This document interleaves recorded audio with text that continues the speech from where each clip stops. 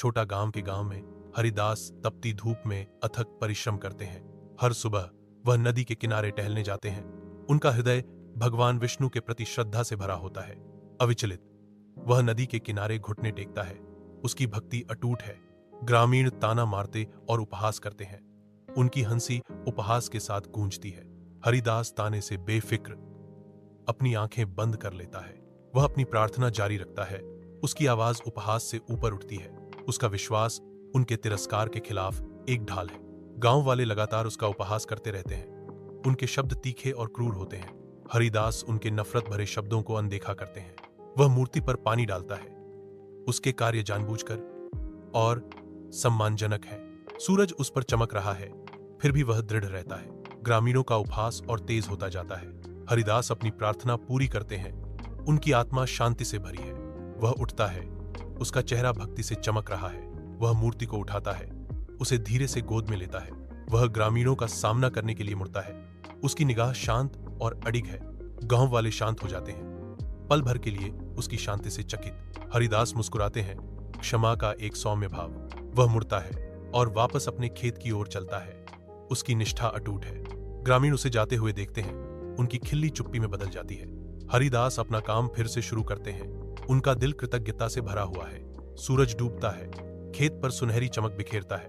हरिदास काम करना जारी रखते हैं। उनकी भावना अटूट है। ग्रामीण तितर बितर हो जाते हैं। उनकी हंसी उसके अटूट विश्वास के भार से शांत हो जाती है। हरिदास अपना काम खत्म करते हैं। उनका दिल शांत है। वह घर लौटता है। उसकी भक्ति रात में एक प्रकाश स्तंभ है। अपने घर की शांति में हरिदास भगवान विष्णु की आराधना में लीन है। उनकी आवाज भगवान विष्णु को एक कोमल भेंट है। वह भजन गाते हैं। उनका हृदय भक्ति से उमड़ रहा है। उनकी प्रार्थनाएं ऊपर उठती हैं, मार्गदर्शन और दिव्य कृपा की तलाश में। एक रहस्यमय सपने में भगवान विष्णु प्रकट होते हैं। उनकी आवाज भाग्य के साथ गूंजती है। एक सपने में भगवान विष्णु उन्हें दिखाई देते हैं और उन्हें एक प्राचीन बर्तन खोजने के लिए कहते हैं। हरिदास नदी के किनारे चलते हैं। उनकी आंखें भाग्य के किसी भी संकेत के लिए जमीन को स्कैन करती हैं। रेत में आधा दफन एक पुराना बर्तन उसका ध्यान खींचता है। बढ़ती प्रत्याशा के साथ हरिदास बर्तन उठाते हैं। इसके वजन से हैरान होते हैं। जब वह अंदर झांकता है तो उसका दिल उछल जाता है। बर्तन सोने से भरा है। वह सोने का उपयोग एक जल केंद्र बनाने के लिए करता है। दजेक, अन्नागार और ग्रामीणों के लिए एक मंदिर। शबरी अपनी विनम्र कुटिया के चारों ओर झाड़ू लगाती है। उसका हृदय आशापूर्ण अपेक्षा से भरा हुआ है। हर सूर्योदय उसकी अटूट आस्था को नवीनीकृत करता है। शायद आज ही उसके भगवान राम आ जाएं। वह जामुन इकट्ठा करती है। उसका स्पर्श इतना कोमल है कि वह अपने प्रिय राम के लिए सबसे मीठे जामुन ढूंढती है। उसकी भक्ति उसके हर कार्य को बढ़ावा देती है, यह सुनिश्चित करते हुए कि उसके आगमन पर केवल बेहतरीन भेंटों का इंतजार है। शबरी अपनी झोपड़ी पर खड़ी है, अटूट आशा की एक अकेली मूर्ति। साल बीतते गए, फिर भी उसकी निगरानी अटूट रही। उस पर उपहास की गूंज होती है, लेकिन शबरी का विश्वास उसके हृदय की रक्षा करता है। प्रभु निश्चित रूप से आएंगे, वह फुसफुसाती है। उसकी आवाज अटूट विश्वास से भरी हुई है। प्रभु श्री राम और लक्ष्मण शबरी के विनम्र निवास पर पहुंचते हैं। अभिभूत होकर शबरी के चेहरे से आंसू बहने लगते हैं, क्योंकि वह अपने दिव्य अतिथियों को देखती है। गहरी श्रद्धा के साथ शबरी चखे हुए बेर प्रसाद के रूप में भेंट करती है। प्रभु श्री राम अनुग्रह और कृतज्ञता के साथ भेंट स्वीकार करते हैं। मुझे कहीं और ऐसा प्यार और भक्ति कभी नहीं मिली। गांव के मंदिर में हरिदास और शबरी भगवान विष्णु और भगवान श्री राम के सामने साष्टांग प्रणाम करते हैं। उनकी भक्ति ग्रामीणों के भीतर गहराई से गूंजती है, जो उन्हें बहुत सम्मान देते हैं। ग्रामीण हरिदास और शबरी को देखते हैं और उनकी अटूट आस्था को स्वीकार करते हैं। ग्रामीण हरिदास और शबरी को देखते हैं और उनके अटूट विश्वास को स्वीकार करते हैं।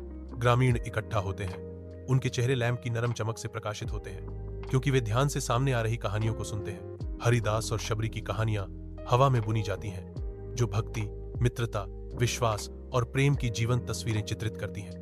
हवा श्रद्धा से भारी हो जाती है। प्रत्येक ग्रामीण साझा किए गए पाठों के भार और सुंदरता को महसूस कर रहा है। टिमटिमाते दियों ने लंबी छाया डाली, क्योंकि ग्रामीण समुदाय और साझा विश्वास की गर्मी में लिपटे हुए हैं।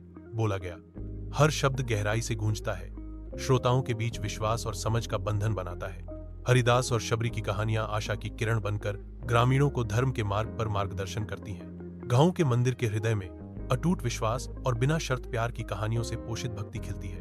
ग्रामीणों को साझा कथाओं में सांत्वना और शक्ति मिलती है, जिससे एक दूसरे और अपनी मान्यताओं के प्रति उनकी प्रतिबद्धता मजबूत होती है। प्राचीन मंदिर आशा के वादे के साथ गूंजता है। इसकी दीवारें विश्वास की स्थायी शक्ति की गवाह हैं। जैसे जैसे रात गहरी होती है, ग्रामीण एक साझा उद्देश्य से एकजुट होते हैं। उनके दिल भक्ति के प्रकाश से भरे होते हैं। हरिदास और शबरी की शिक्षाओं का सार उनकी आत्माओं में रिश्ता है, जो उन्हें करुणा और समझ के प्रकाश स्तंभों में बदल देता है। मंदिर के पवित्र स्थान में ग्रामीणों को निस्वार्थ भक्ति के गहरे प्रभाव की याद दिलाई जाती है। मित्रता और आस्था की कहानियां आगे का मार्ग प्रकाशित करती हैं। ग्रामीणों को अंधकार से ज्ञान की ओर मार्गदर्शन करती हैं। प्यार की भावना हवा में व्याप्त है, जो साझा मूल्यों और मान्यताओं की एक टेपेस्ट्री में समुदाय को एक साथ बांधती है। मंदिर ज्ञान के अभयारण्य में बदल जाता है, जहां ग्रामीण भक्ति और बलिदान का सही अर्थ सीखते हैं। हरिदास और शबरी की कहानियां उनके दिलों में गूंजती हैं, जो उन्हें उद्देश्य और करुणा का जीवन जीने के लिए प्रेरित करती हैं। ग्रामीण मंदिर से निकलते हैं, उनकी आत्माएं नवीनीकृत होती हैं और कालातीत कहानियों से उनका विश्वास मजबूत होता है। उनके हृदयों में भक्ति के बीज बोए जाते हैं, जो प्रेम, दया और अटूट विश्वास की फसल का वादा करते हैं। रात की हवा प्राचीन ज्ञान की प्रतिध्वनियों से भरी है, जो ग्रामीणों को आशा और वादे से भरे भविष्य की ओर मार्गदर्शन करती है। ग्रामीण जन आस्था के समान सूत्र से बंधे हुए हैं, जो एकता और भक्ति की एक तस्वीर बुनते हैं। मंदिर भक्ति की स्थायी शक्ति के प्रमाण के रूप में खड़ा है, जो अंधेरे में डूबी दुनिया में आशा की किरण है। हरिदास और शबरी की कहानियां एक मार्गदर्शक प्रकाश बन जाती हैं, जो उद्देश्य और अर्थ से भरे जीवन की ओर मार्ग प्रशस्त करती हैं। ग्रामीण कहानी कहने की शक्ति से बदल गए हैं। उनके दिल प्यार, करुणा और अटूट विश्वास से भर गए हैं। मंदिर आत्मा का एक अभयारण्य बन जाता है, जहां ग्रामीणों को सांत्वना, शक्ति और उद्देश्य की एक नई भावना मिलती है।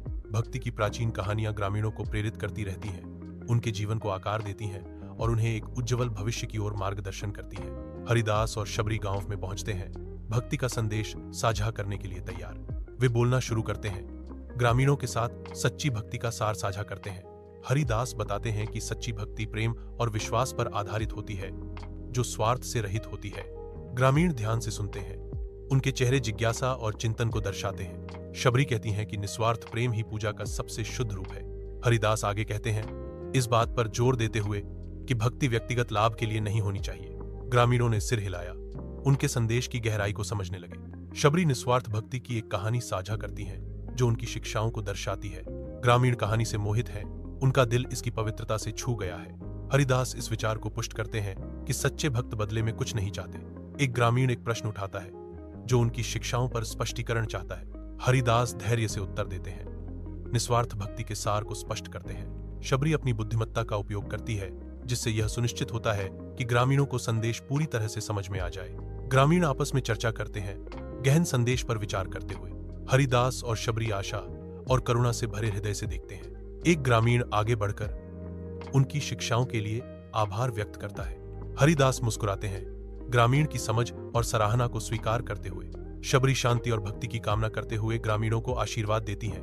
ग्रामीण श्रद्धा के साथ आशीर्वाद प्राप्त करते हुए अपना सिर झुकाते हैं। हरिदास और शबरी जाने की तैयारी करते हैं। उनका मिशन पूरा हो गया। ग्रामीण विदाई देते हैं, उनके दिल में नई भक्ति भरी हुई है। हरिदास और शबरी प्रेम और विश्वास का संदेश फैलाते हुए चले जाते हैं। गांव व निस्वार्थ भक्ति के संदेश से रूपांतरित स्थिर खड़ा है। हरिदास और शबरी अपनी यात्रा जारी रखते हैं, प्यार की एक विरासत पीछे छोड़ जाते हैं।